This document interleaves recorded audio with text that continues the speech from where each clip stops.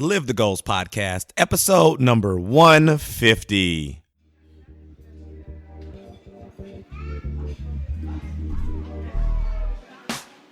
Live the Goals Podcast, your place for motivation, life lessons, and laughter. Don't settle for wandering through a mundane life. Instead, let us help you reach your goals and live a fulfilling life doing what you love. Our guests know what it's like to live with purpose and laugh along the way. Warning, if you're a stick in the mud, you definitely need to stick around. Loosen up your ties, kick off your high heels, and let's get to it with your host, Dale Richardson.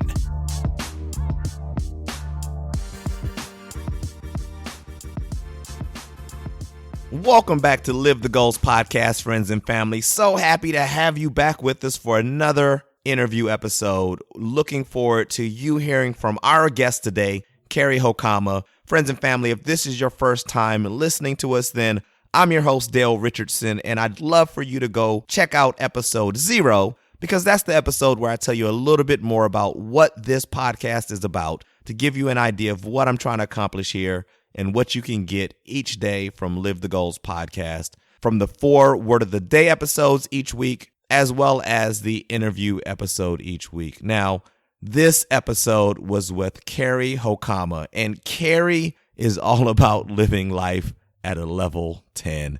And let me tell you, he does it, and you can feel that energy right from the start of the interview. Cary drops all types of jewels and knowledge on us throughout this interview. So friends and family, listen close. So much to learn from this episode, from his successes to his failures. And he shares that all with us, friends and family. So looking forward to you hearing this episode. If you're looking for links to the resources that we talk about in this episode, then just go to the show notes page. I'll talk more about that at the end of the episode and how to get there. So with no further ado, friends and family, our interview with Cary Hokama. Okay, friends and family, let's get started. We are back again with a great interview for you today. Today's guest is Cary Hokama, and Cary spent 8 years as the lead singer of a Los Angeles-based rock band, while also running his own record label and clothing line. Then in 2011, he and his wife televised their wedding on the Oprah Winfrey Network. I advise you all to check that out. It's pretty cool. He wanted to be the next Russell Simmons, the next Jay-Z, but after many disappointments and failures, he hit the reset button in his life and started over. In 2016, Cary wrote a best-selling book, Own Yourself, and started his Own Yourself podcast shortly after. Cary exists to help others live life every day at level 10 with inspired action, regardless of their circumstances. Cary, are you ready to help me set and reach goals that matter? Woo! I hope that answered your question right there, brother. Absolutely. That absolutely answers it. I expect nothing less from you after doing a little bit of research on you, full of energy. I love it, Cary. Cary, I've given them the formal professional intro of who you are. I'd love for you to give us a little bit more so we get a better view of the whole picture of Cary. Absolutely, man. What you just said right now is really just something that is just the tip of the iceberg. And what people don't realize is that there's a massive glacier underneath it all of pain, failure, many days of just crying yourself to sleep. You know, as you mentioned, I got married on a reality show, Oprah Winfrey Network. And I had to declare my promises publicly to my beautiful wife, to my in-laws, to my parents, to my friends. And I felt like I was living a lie, because after we hit that reset button, man, we had to go back and live at my mom's house. I had to start working, these remedial jobs just to scrape by and get through. Mm-hmm. So, building my fitness career, building my real estate career from scratch. I mean, I would wake up at 4 a.m, drive 40 minutes to get to my destination, just in tears, just crying, because, man, I felt like I was a liar. I was leading just a misleading character of who I really was. And so I just want to say that it's just all through the pains and the failures that I'm able to be where I am today. Wow. We talk a lot about obstacles and failures on this podcast, Cary, and that is important to get out there right up, because people hear the achievements and sometimes they think that means you've kind of coasted and you haven't had obstacles, or, or they come up across an obstacle and they don't realize that they could be just like all these other people that they're looking at and aspiring to be if they just push through that obstacle, and they're not going through anything that other people haven't gone through. That's totally right, man. It's just you can't judge anyone until you walk in their shoes. You know what I'm saying? Amen, brother. Cary, so we're going to kind of switch speeds here. I love starting my show with just a funny story, just something that made you laugh recently. Doesn't have to be the biggest thing in the world, but I want us all to remember that life is difficult enough, and I want us to laugh through the parts of it that we can. So, Cary, I'd love to hear your laugh out loud moment. Oh, that's pretty good. That's kind of challenging, but I just thought of something real quick, Dale. Okay. So earlier this morning, I was in between. I was getting ready for your podcast session, and I had just recorded my guest earlier today. So after that, I'm just kind of being frantic, getting ready for your session here, and I'm going in between my house and my garage, and then my wife comes out with this, like those little bowls, like those silver bowls. Mm-hmm. And she went outside to get some cherry tomatoes. So she just came from behind me, just snuck it and put it on top of my head and said, remember that scene from Breaking Bad of that guy, that crazy dude?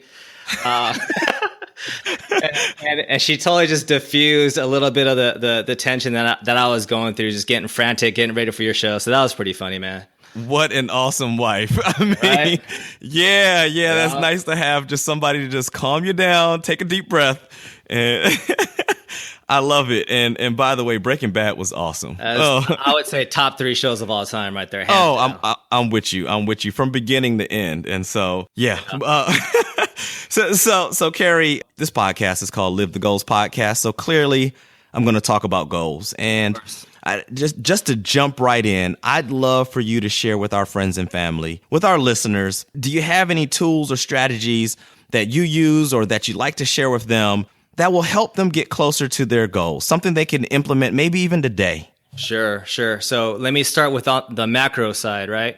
Okay. As a 7-year-old, I knew that I was going to be in front of a sea of people. So the vision started very young, at a very young age. And so going through the band and then having to reset my life, even though I had to go through doing door-to-door selling and stuff like that, I always knew in my grand vision. And just recently, I ran into this guy, billionaire PA, and he's famous for the quote, "Speak your dreams into existence." And it's crazy that I'm up here now and thinking that my vision of being in front of a sea of people was through music. When that crumbled, when that was taken away from me, I knew that I had to take the micro steps every single day. Right? And so that comes to my micro steps, just every single day, starting and ending with gratitude. And so what I do is I wake up super early, and it's funny that you mentioned Hal Elrod, Dale. Yeah. I've taken his book to heart, and every single morning, okay, not these days, not every single morning, but maybe 4 to 5 days a week, I wake up an hour and a half early, and I do what they call the 10-10-10s, and I created that in my book, which I'm about to share as well. I write down 10 things that I'm absolutely grateful for. Right? And at first it was like mom, dad, wife, car, house. After a while, you start to get very specific. And that opens up other channels and other opportunities for you to be grateful for. Like living out here in Southern California when I'm 10 minutes away from the beach and 45 minutes away from the mountain. You know what I mean? Yeah. Writing these 10 things down of what I'm truly grateful for leads to my 10 affirmations or validations. And so I'll write, I am blessed and highly favored by God.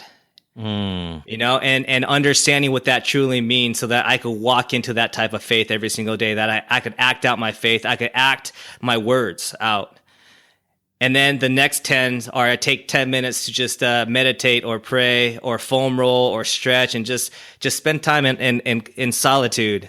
Because they say that a man who can turn isolation into solitude can do great things. Oh, wow. And so those are the daily steps that I take. And every single day, man, every trip that I take, every commute that I take to work or to go see my clients is just an opportunity for me to listen to amazing podcasts, listen to YouTube, cats like Tony Robbins, Brendan Burchard, Les Brown.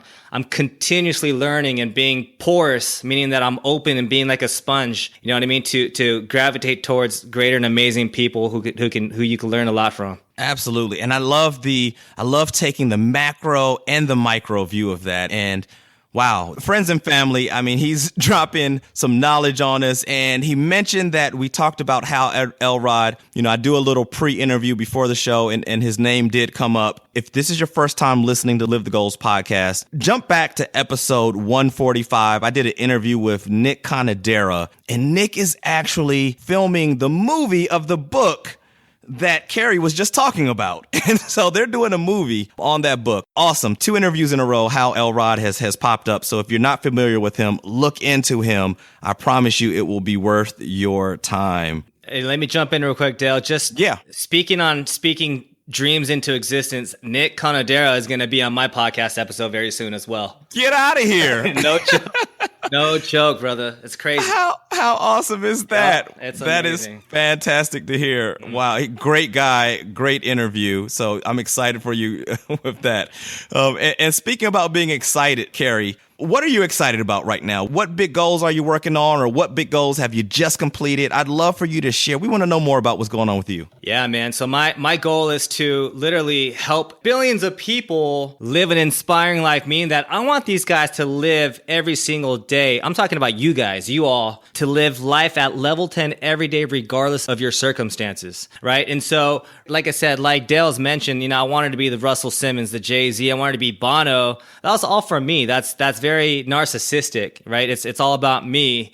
And just lately, man, I've been hearing a lot of great sayings like, hey, if you want to be a millionaire, then impact a million lives. If you want to become a billionaire, change a billion lives first. And once I understand that, it makes sense. Like, dude, everything I do, I choose passion over money and greatness over fame. And so whatever that entails to me, I want to be a part of that, be a vessel to whatever allows people to be at their very best. Because I say this all the time, man, the greatest gift that you can give to those you say you love most is for you to be at your fullest potential. I love that. And for you to be living an inspired life. I mean, the people around you that love you, if they see you living life at 10 on a regular basis, I mean, that they're going to be overjoyed with understanding how happy you are with your life. So I'm with you there, Cary. Absolutely, 100%. Now, Cary, you've got this big, gigantic purpose, right? I mean, you're talking about impacting and influencing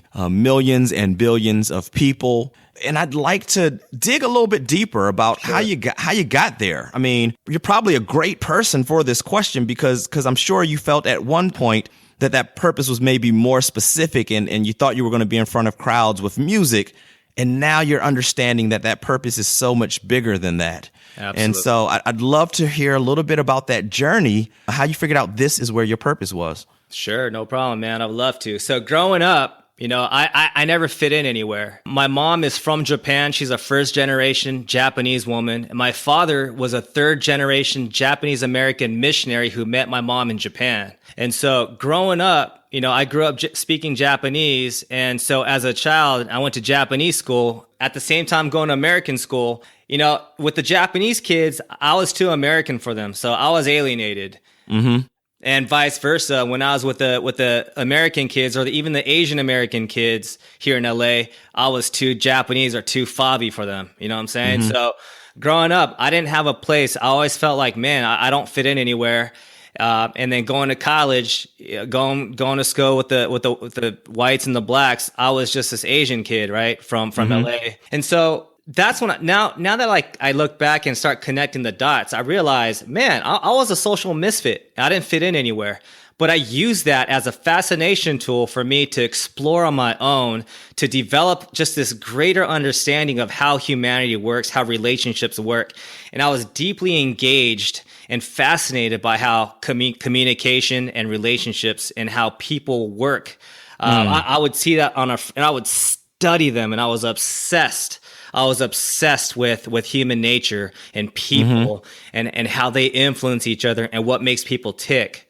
And so I think at a very young age, I was genuinely interested in people and I loved it. And so I would immerse myself in that. Even today, even this day, how I get energy is I go to the park and I go and stare at people. I watch people. I go to the beach and just stare at people. You know what I mean? And that's how you learn to really understand the mechanics of how to appreciate, how to approach, and be inviting, be just a generally inviting person. And so, a great example is Dale. I had a friend who texted me out of the blues, like, "Hey, Cary, man, I see you're doing such great things.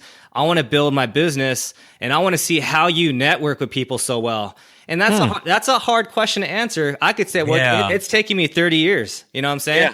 When people say, how long did it take to write your book? I say 30 years. It took me 30 years to cultivate and understand everything that I've experienced in life to be able to write this book. Wow. So I think it's just this natural fascination and obsession that I've had with people. I love people, and I want to spend the rest of my life cultivating and building people up. So, here's the thing, Dale. Here's my mantra. Okay, here it is.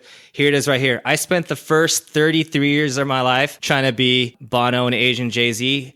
And there's a character in the Bible. I'm not a religious guy. I'm very spiritual. I believe in God. But there's a character in the Bible named Samuel. And his purpose was to build the kings of the next generation. And when I understood his character, I realized I'm Samuel. And so instead of trying to be the king, I'm going to be spending my entire life building the next kings and queens of our next generation. I'm going to build champions. And that's where I am today. Oh, wow. Wow. That is powerful. And how much more powerful it is to build kings, right? Build generations and generations of kings rather than just striving to be the king. It's funny you talk about the not fitting in as a child and how you took that almost as a opportunity to observe and learn, and now you've got this skill of being able to network with people of all different backgrounds. It's amazing. I found that just personally, and maybe you can tell me if you agree with this or disagree. And look, I go on tangents sometimes, Cary, so here's a tangent we're going down. Yeah. I'd love to hear your take, but I do feel like with children who are in homes like yours or maybe mine, my father was African American, my mother was Korean, where you get that sort of sense of maybe not fitting in here or there. You get two routes. You get people that end up feeling like that for the rest of their life. They feel like they just don't fit in anywhere and they feel very isolated. And then you get the other half that seem like they fit in almost any and everywhere by the time they become adults, that they found out how to kind of morph and pick the best from different places. What do you think about that? Do you think I'm just off here, or is that something you've seen? No, man, you're not off at all. And when it comes down to it, is really how you respond to every situation that you go through in life. And that's what it comes down to. I have many instances where my friends have gone the other route. Yeah. You know what I mean? And it really comes down to awareness and what you want to get out of life, who you surround yourself with, and what you really, who you made of at the end of the day, and how you respond to it. So, there's plenty of cliche, quotes to support both of our theories there. Yeah. But it's kind of like at the end of the day, we could take both my theme and your theme. You live your goals at the end of the day. And for me, it's to own yourself. It's to master your character, rise to any challenge, and find true inner peace within yourself. And everything will be gravy and dandy from there. It is absolutely about owning yourself and being okay with who you are and being the best who you are you can be, Cary. So we have a lot of alignment there, and that just kind of makes me excited that we're doing this interview, and my friends and family. If I'm getting this much out of this interview, I know my friends and family are as well. So I'm looking forward to getting this edited and getting it out there for everybody. Oh, no doubt. I'm excited. Thank you so much. Yeah. So, Cary, you absolutely talked right off the bat about some failures you had. I'd like for you to go a little deeper and maybe pick one that was really, really difficult to deal with, and give us a sense of like where you were. What were you feeling? What were you thinking at that time? And you did a little bit of that already, but I'd love for you to drill down a little bit more and tell us about that. And then more importantly, tell us what you learned through that experience that helped you on your path to where you're headed. Sure. So when I got on that show, Don't Tell the Bride, on the Oprah Winfrey Network, I figured, wow, this is my second chance to really get myself out there publicly, and hopefully more opportunities to come of it. And so the premise of the show was basically they're looking for an engaged couple who didn't have a lot of money at the time. And so I'll just tell you, the show, what they did was they made Aileen and I, my wife, they made us say our goodbyes on camera And for the next 3 weeks, I had to plan the entire wedding from A to Z on my own. I cannot talk to her or see her. The next time that I would see her is when she's walking down the aisle. So they gave us a budget of $25,000. And I had a wingman who was supposed to, they tried to find a perfect wingman for me who would disrupt, you know what I mean? And just cause some ruckus for the show. Wow. And so I had to go out and pick the bridesmaids' dresses. I had to pick Aileen's dress out. I had to pick the venue, the food, everything that you could imagine of what wedding planning is. And you had to do it under 3 weeks and with a $25,000 budget while no communication with your fiance. Right. Wow. But see, my wingman was another Asian dude. And what do two Asians do? They know how to do math, right? We know how to count money, and we have hookups to everything, right? So everything went smooth, Dale. Like, we killed it. And so we're just like, man, this is a piece of cake. This show is going to make us look real good. And when the show came out, it was the complete opposite, right? So they flipped the script and made it seem like all I cared about was spending all of my money on the bachelor party in Vegas. Oh.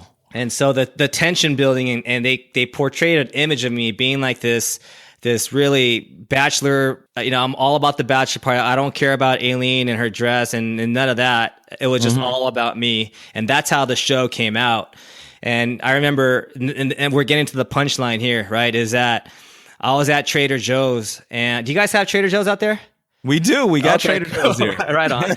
So I was coming out of the Trader Joe's parking lot, and this woman stops me and says, "Oh my gosh, you're from that show, aren't you?" I'm like, "Yeah, that's me." She's like, "Hey, was that really you, or did they script it a little bit?" I'm like, "Yeah, you know what? They really did script it a little bit." And she just kind of like holds her heart and taps me on the shoulder and goes, "Oh, thank God."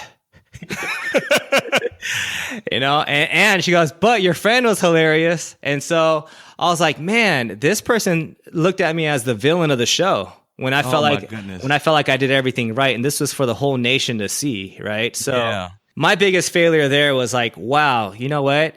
I did what I thought was a great job. And my entire intentionality was to make Aileen the star of the show and my queen, and for all the attention to go to her. And they completely flipped it on me. And so I remember that day I said to myself, this is going to be the last time that I'm ever going to let anyone else tell my life story. That I am going to, from this day forward, write my own story and tell it truthfully. And that was one of the biggest lessons that I've learned, because for any of you guys, for all you guys that are listening, people are going to be making up stories about you and your life anyway. So you might as well stand up and write your own story and tell it truthfully. One of the greatest lessons of my life right there. That's a big one too. And, and here's the thing about editing too, because, you're talking about the way it was portrayed. And if you read the blurb about the episode, it says that. I mean, that's kind of how they built it up. Like, hey, this wedding might not happen because he's too worried about this bachelor party. Yep. But on the shortened version of the show that's on YouTube, it's about 5 or 6 minutes long. You don't get any of that. You get exactly what you were just saying, right? You actually get that you were planning this for her. Point blank, 100%.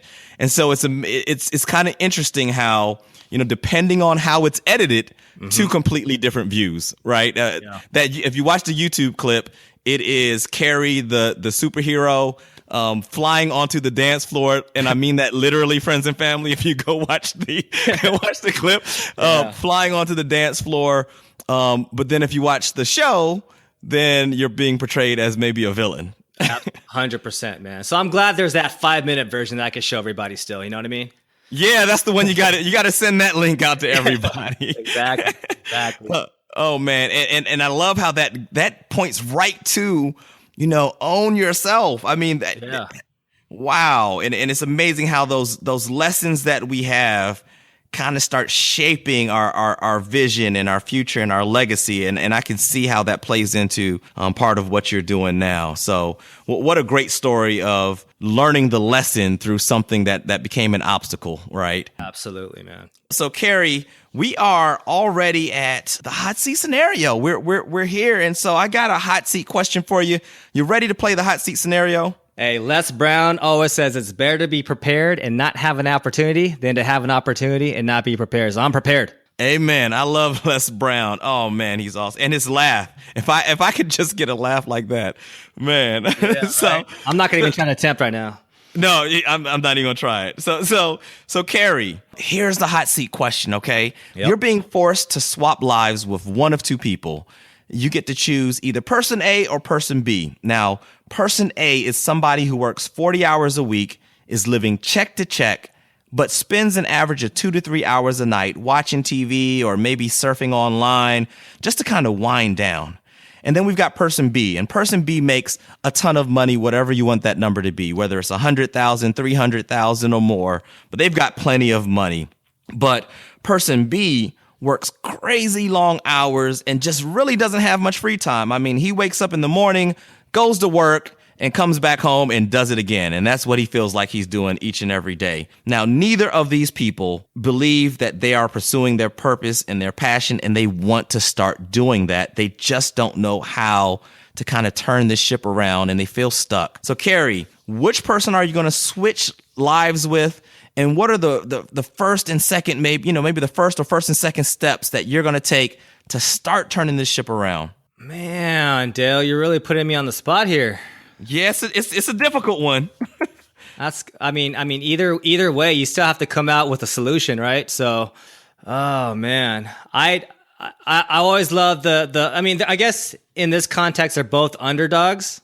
Mm-hmm. But I always go for the underdog in this context. I would say it's the guy who doesn't have money. Right. And still utilizing his time winding down watching TV. And I mean, I guess you and I could say it's sort of wasting his life away, right? His or her life away. Yep. Yeah, I am always the one to bring greatness, because I believe that the greatest things are birthed during the greatest struggles. With the guy who's making a ton of money, at least he's got great work ethic. He's putting in the time to really establish himself whether as an employee or a self-employed individual, looking for time to make an impact. But I believe that, they're both great scenarios. I just personally go for the underdog, which I believe in my own theory is the first person A. Mm-hmm. How I would do it is if I can switch places with him, I would challenge him to understand we've always heard this is the whys. Why are you living the way you choose to live every single day? And just keep probing from there.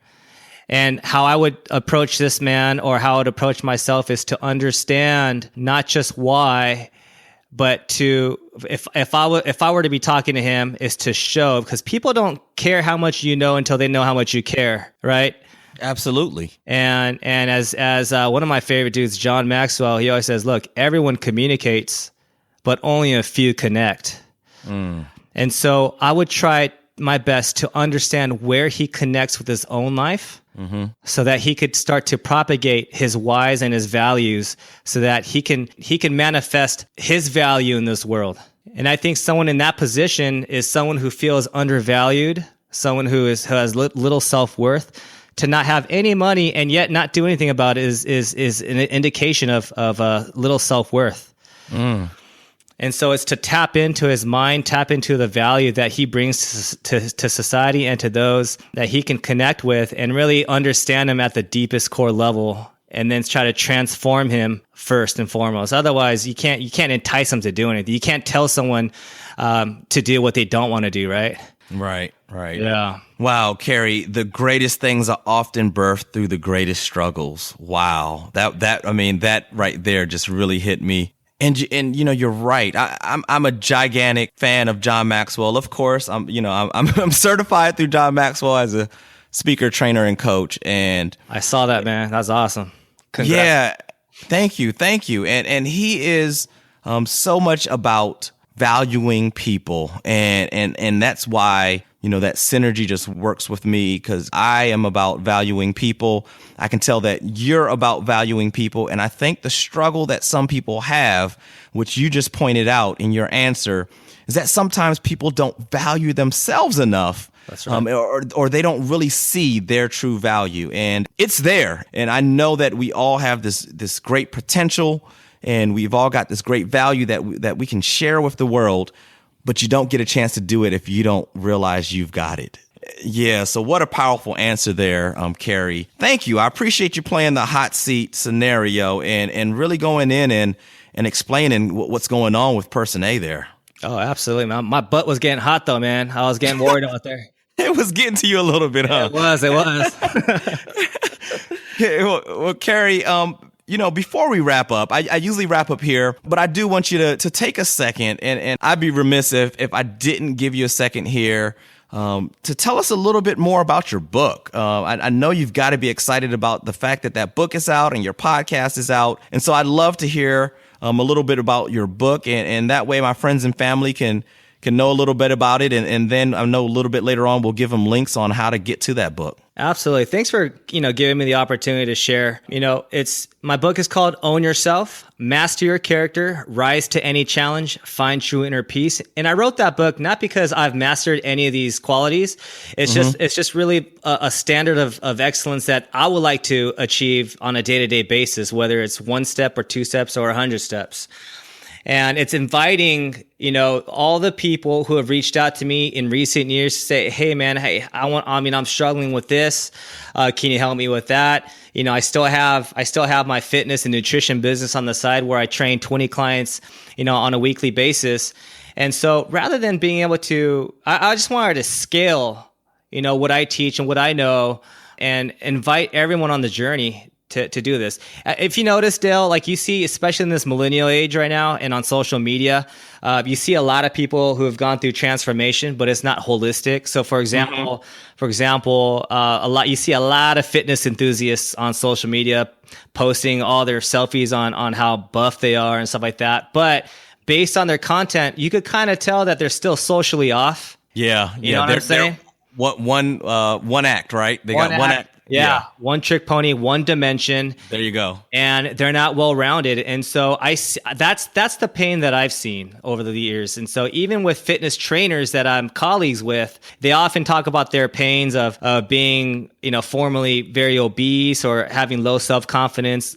Girls would be bulimic or whatnot. And now that they have like these amazing bodies, they've become owned by social media. They don't own it. They're owned by social media. Does that make sense? Yes, it does. Yeah. So you see people who have on internet have got rich and they post all their Lamborghinis. They don't own those Lamborghinis. Yeah. Those Lamborghinis own them. Right. And so I see that we need to own ourselves. We need to own the things so that they don't own us. And that's where I felt propelled and compelled to write this book so that we can all be on the journey where we're holistically transforming in the areas of your mindset, of your physical, how you eat, how you treat your body, on wealth and success with no monetary value to it because it's all in the mindset and it's how you live your life. And more importantly, it's the value of giving back and forgiveness and taking care of your relationships. Forgiveness is one thing that I had to deal with my dad leaving when I was 10.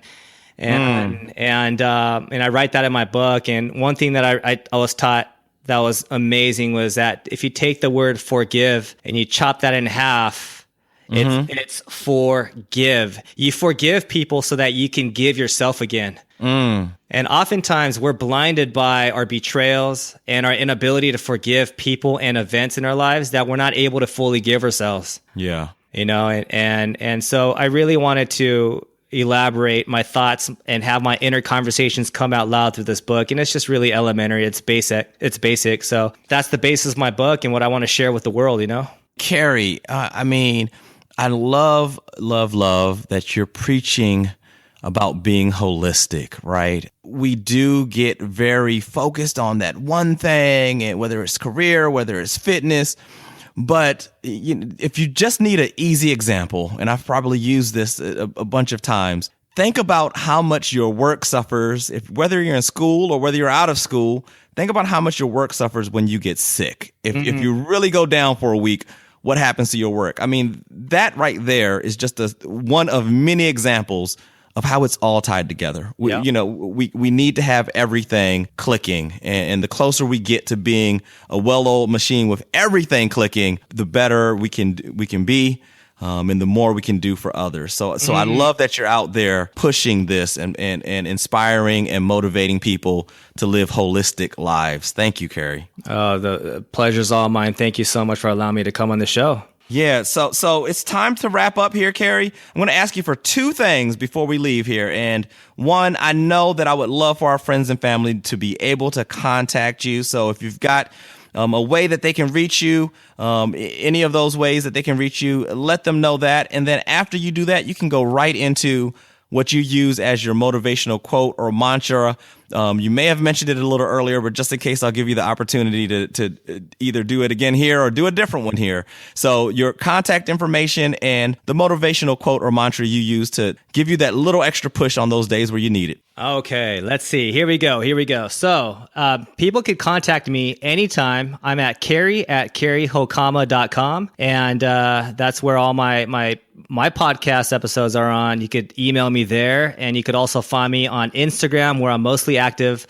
And my Instagram ID is at CaryDoes, CaryDoes. All right. And in terms of quotes, I've already said a few of them, right? Yeah, absolutely. Here's one. I just pulled it out from my phone right here. All right. I don't believe people are looking for the meaning of life as much as they are looking for the experience of being alive.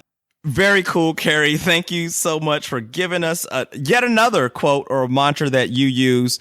You've given us quite a few throughout this episode. And so I appreciate that. I know our friends and family appreciate that. And friends and family, you know that there are links to everything we talked about here. All you got to do is go to livethegoals.com, go to the podcast page, and type in Cary, Cary, and his show notes will pop right on up. And I'll have links there. I'll have links to his book. I'll have links to his website, his podcast, so forth and so on. So friends and family, until next time, remember to set goals that matter and live the goals you set. Friends and family, I love bringing you these podcast episodes 5 days a week, all for free. You don't have to pay anything to listen to all the great interviews and Word of the Day episodes. But there is a really simple and fast way that you can show your appreciation. All you have to do is press subscribe on your podcast player. See, the more subscribers we get for Live the Goals podcast, the more likely we'll rank higher and reach someone who really needs to hear these motivating and inspiring episodes. So as soon as this episode is over, take a second and subscribe to Live the Goals podcast. So thanks again for listening, friends and family. Thank you for subscribing. And until next time, remember to set and reach goals that matter. Thanks for checking out the show today, and make sure to click subscribe so you don't miss any future episodes. We hope you take away something that helps fill your life with purpose and laughter. And make sure you head over to livethegoals.com for more info on guests and resources. Remember to set and reach goals that lead you to a life of purpose and passion.